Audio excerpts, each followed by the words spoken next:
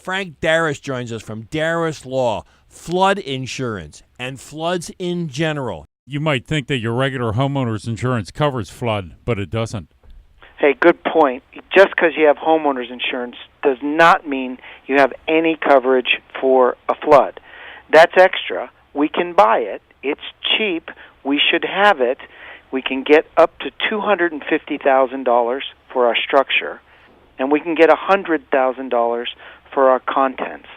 And if we're a business, we can get $500,000 in structure and $500,000 for our contents. Obama extended the National Flood Insurance Program last August, and we're seeing across the board about a 10 to 20% increase in the premiums. Also, we're seeing an increase in the deductible from $1,000 to $2,000, and those areas that have been hardest hit are no longer getting subsidized insurance rates if they've had repeated floods or repeated claims. So seeing Ohio a little bit higher than the rest of the Midwest isn't too surprising. And Frank, this coverage under the National Flood Insurance Program, you don't buy that directly from the government. You buy that through a local agent.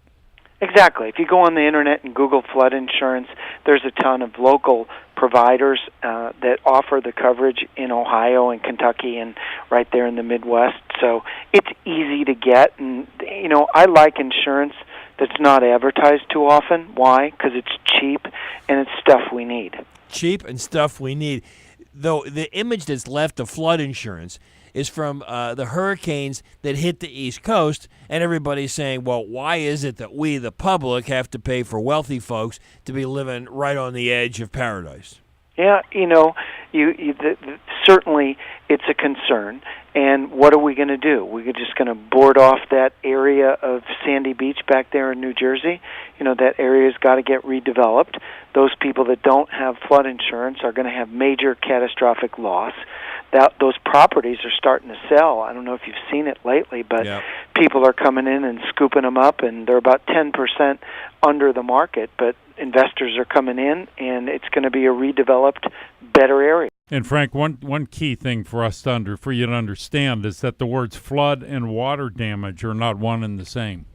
Yeah, you know, if I just read you the definition, a general and temporary condition of partial or complete inundation of 2 or more acres of normally dry land area or 2 or more properties from overflow of inland or tidal waters from unusual and rapid accumulation of runoff or surface waters. Are you kidding me? That's a flood? That is a flood. That's a flood only a lawyer could love, Frank. Yeah, you know, that's one where you need a good bottle of wine, and you got to look at it 3 or 4 times to say, wait a second, I don't have a 2-acre property. Okay, break it down. The other one just says unusual or rapid accumulation or runoff of surface water from any source.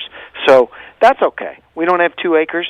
We can still get our claim covered from a flood if we got surface runoff. Well, when I talked to you last time, it reminded me of when I went to called up my insurance agent and said I had a flood. He said, no, you didn't have a flood, Nathan. Whatever it was, I'm sure you had a backup, because floods we don't cover, backups we do. Sure, if it's sudden and accidental. The thing is, they look at those backups, Nathan, and look at your water bill over a 4-month period of time before they pay those claims to see whether it was a slow leak. Hey, if your toilet overflows and blows out 2 levels or your basement, yeah, that's sudden and accidental. We didn't have any notice or knowledge. Slow leak, not covered. Just a couple inches of water from a flood can really cause tens of thousands of dollars of damage in your house. You know, I tell people, hey, the basement is where we store a lot of stuff, and, you know, you get a washer, dryer, you get all your ski equipment, hockey stuff, blah, blah, stereos, televisions, your computers. You know, it doesn't take much to get to $100,000. And then think about the finishes in your house, all that flooring, the carpeting, the cabinetry, all the stuff that you did to upgrade the interior of your house. If you had a bad flood with mold and all that, you're going to lose all your walls, cabinets, flooring.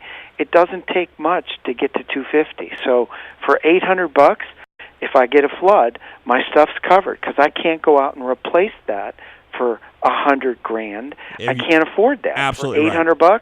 I'm all in.